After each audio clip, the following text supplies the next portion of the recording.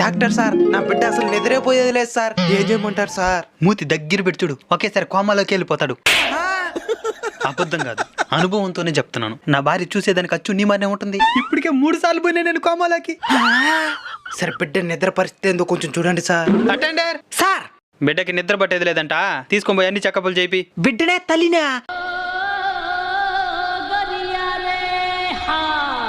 నన్ను తీసుకొని పో, బిడ్డని తీసుకొని పోరా.